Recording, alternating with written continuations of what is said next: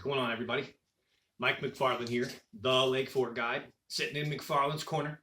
I'm going to give you a really thorough rundown for the beginning of this week, June 6th, Tuesday, June 6th. All right, let's start with the board, and I'm going to backtrack to Saturday.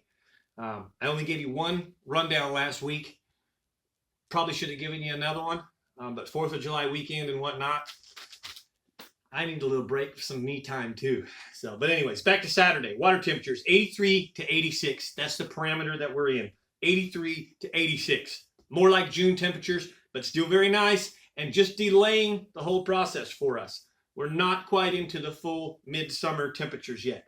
Midsummer temperatures would be 88, 89 in the morning, 92, 93 by nightfall. Remember, when I talk about these temperatures, it's the main lake. And it's the subsurface. It's the first 18 inches. Right now, when big winds come and they blend it, that's why we're having this variation of 83 to 86. Clarity, 1 to 3 foot. Today, I even saw some Lake Fork green, which is really cool. And as far as the temperatures, Monday and today, still holding the same, 83, 86. Water levels. On Saturday, we were 402.88. We had a little bit of rain there. That brought us up about a half an inch. I think it was somewhere in there. I think we were about 402.80 or 78, and it brought us up to 88, so really almost an inch. And then we're already falling. As of Monday, 402.86. As of today, 402.84. Anybody new? That's based on a 403 elevation. That's 403 feet above sea level. So right now we are just 1.5, 2 inches below full pool. Lake is in awesome shape, and it's fishing like it. If you follow me on Facebook, the Lake Fork Adventures Guide Service, or Mike McFarland, or the Lake Fork Guide on Instagram, then you've seen that we've been putting the hammer to these offshore fish. We've been really catching the big ones. In fact, last week, I came across a tree. I've shared it today on the post on my forum. The tree had 14 big bass in it. And in 1 hour, we had 10 bites and landed 9 of them. Our best 5 weighing about 32 pounds. It was an awesome day with 1 hour of total bliss, world-class fishing. All right, pretty much did it again today, guys. I'm really catching these fish offshore. The bite is tremendous, and they're all bigs. Today we had 18 fish on the boat, with 8 of them being over the 5-pound range. And once again, our best 5 right at about 30, 31 pounds. We lost a couple big ones in the wood and the trees. And where I'm catching the big fish, that's expected. All right. So let's get into some detail now and tell you exactly what and how I'm doing it. All right. So the first thing is in the morning, the first couple of hours, I am picking wind-blown points, hard red clay points, and or a combination of shell beds. Preferably shell beds if you know me. But it's all about the wind. I'm putting the boat up on top of the structure, putting the boat in 10 feet of water and throwing the Santone football jig, 3/4 ounce Santone football jig, Pake's perch, or JC Spicy Craw. I'm using the full lobster, the full green pumpkin Rage lobster. It's 4 inches. This creates a much bigger profile. These bass are still really post-spawn. Believe it, as late as it is, they are post-spawn. A lot of them are dripping blood from the tails, and they're still eating the brim. There's nothing better than brim colors for post-spawn bass. In a little bit, I'm going to tell you about the next color when they quit eating the brim colors. But right now, in the morning, put the boat in 10 and throw out into 20 and drag uphill for the first couple of hours. This creates incredible contact with the shell and the hard bottom. It's a little challenging to do, but when you learn how, it catches more fish, it gets better bites. So the other bait that they really like for this is the Santone football shaky head. This is a stand-up shaky head, okay? I'm using the Magnum trick worm, watermelon candy red when the sun shines. Dip the tail chartreuse or mark a pin on your tail, okay?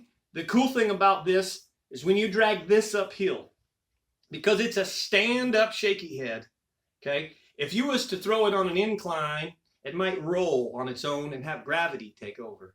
But when you drag it up the incline, it stays standing up the whole time. And it makes for an incredible presentation. So try dragging this uphill. I know you're going to get frustrated and you're going to get hung up a lot. Do not use it in the wood. Do not use it in the trees. Most definitely don't try and throw the football shaky head and drag uphill in the trees. It won't work. Okay? The morning bite from daybreak till about 9 or 10 o'clock is in 10 to 15 feet of water on shallow shell beds with deep water nearby. And when I say shallow, I mean 10 to 15 foot breaks with 30-foot water real close by. They're coming up and feeding on those areas. Okay? The better bite, the much better bite, the beat down bite. 9 fish in 1 hour, with all of them being in the 6-pound range last week. Today, 5 big bites in 15 minutes. Lost 2 of them and landed 3 of them, with them being 6s and 7s. Gorgeous, gorgeous big fish. They're in the trees. Okay? It's the afternoon bite. Once that sun gets high, once that temperature's up, those fish are pulling offshore even farther, and they're getting into the 20 to 22, 28 foot of water on the humps and suspending in the trees. All right? There is no better way than to throw a Texas rig worm. I'm throwing the Magnum trick worm in watermelon candy, dip the tail chartreuse, watermelon candy red when the sun's shining. Okay? Peg the weight so that you don't have separation. And you want to throw it in the trees. And remember that you're climbing this through the trees. And when you crest the top, you've got to let it free fall back down. So this is a learned feel. You mooch it through the trees. You don't just pull it. The more you pull it, the more you get stuck in the trees. You kind of got to have a dance with it. You got to let it come up 2 and back 1, and up 1 and back 2. And you mooch it very gently through and amongst the heavy timber. That bite is on fire. When you find the right location, I'm smashing them doing it. A couple of quick tips for that. It happened again to us today, but you must set the hook hard, high, and up. We're in dense, heavy trees. If you let the fish dive, it's wrapped and gone. Set the hook hard, high, up. Bring them up to the surface and reel them right home. Our biggest fish today was landed in the net in less than a minute. Hook set brought it to the surface and the reel brought it home. Do not let it have its head if possible. It all starts from the hook set.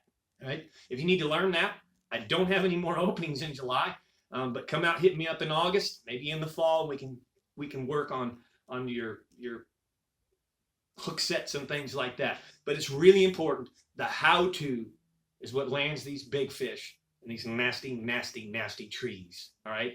I know we're going to lose some of them jumping. The odds are less to lose them jumping than if they go down into this nasty timber. That's right where we're taking them from. We're catching them in amongst the middle of the timber. So it's split seconds and they're wrapped in it. Remember, big hook set, rod high and bowed up. Bring them up and out and bring them home. All right, that's one of my best tips for you. Now, I haven't talked about this in a little bit, but there is absolutely no ifs, ands, or buts that this is also one of the reasons that once I find these groups of fish, we're beating them up. That's a little secret for you. You know that I'm using the Zoom Magnum trick worm and watermelon candy. Watermelon candy red when the sun shines. What I haven't talked about is that I'm taking all of these and I'm putting them in my own bag. I'm taking Magic Reaction, which is a smell, a scent, made for and by real-time rods. Okay? This is one of the most awesome scents I've ever used in my life, if not the very, very best, because it has no oil, no residues. It doesn't stain my carpet. It doesn't get all oily on my fingers. And you just saw me throw 8 baits in this bag. I already had about 10 in there. This is how easy it is to use.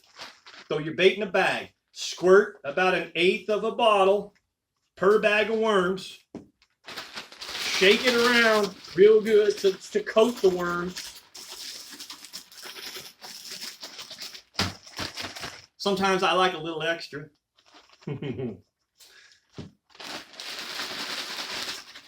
Real-time rods. Magic reaction. I put my name to it. If you're in the right location, I guarantee you, you will catch more fish. They'll eat it, they'll hold it longer, they'll swallow it and swim away with it. A little bit of flour salt now. And boom, I've got a chemical reaction happening. This is actually a chemical compound. There are no fish oils. There's nothing to decay. This will never smell rotten, never smell nasty. In fact, it's amazing that it's even appealing to the human smell. Most of the scents are really strong or rotten or nasty. You'll find that you definitely smell garlic, but you also smell a little bit of crawfish, and I'm just not so sure what it is, but I'm sure that it works. Again, I put the 110% McFarland's stamp behind the magic reaction. It's the reason. It's one of my secrets. It truly is. And now I'm sharing it with you. I wouldn't have a bag of these like this. I wouldn't waste my time doing that. I've added every day. I've gone through 2 and 3 bags of these. And I just keep adding more and more to it. And it works. I love it. Absolutely love it. Thanks, Louie. Thanks, Real Time Rods. All right. Gonna close you with this. Right now, the choice color of anything you're throwing is brim family. It's about to be over. 88, 89, and 90 degree water, which is coming very soon, will turn them off of them brim a little bit. And once I notice that they stop eating the brim, I'm getting less bites, but I realize the fish are still there. They're going to stay in the same locations for the next 6 weeks or more. It's time for the next color. I'm going to go ahead and put the cat out the bag now. I'll give you a chance to get it. I've already got a full, and I mean full kegs. There's probably 15 bags right there. And I'll probably go through them all. But that color by Zoom is called African Special. All right. I promise you that this is the next color. In fact, I'm going to go ahead and take these out of this bag and doctor them up because I know it's coming. Remember, take the real-time liquid, magic reaction liquid, squirt 1/8 of a bottle on your baits. 1/8 of a bottle will usually do a good bag of worms or even 2. Shake it around, make sure you coat all the worms. Take your flour salt, which is also comes with the real-time magic reaction when you purchase it. You get some flour salt and you get a jar of the liquid. The flour salt makes the chemical reaction happen. Right now they're a little wet. Tomorrow morning they'll be dry as a bone and smell like fish candy. All right, so that's it, guys. Man, I really appreciate y'all following me. I appreciate all the comments, all the thumbs up below. Please continue to do that for me as I try and spill my guts and give you as much good information and content as I can. I really appreciate all of that reaction back from you. If you haven't subscribed, hit the subscribe button. If you haven't found me on Instagram, The Lake Fork Guide, go there and find me.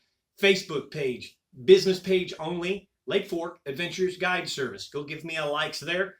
I thank you so much for everything.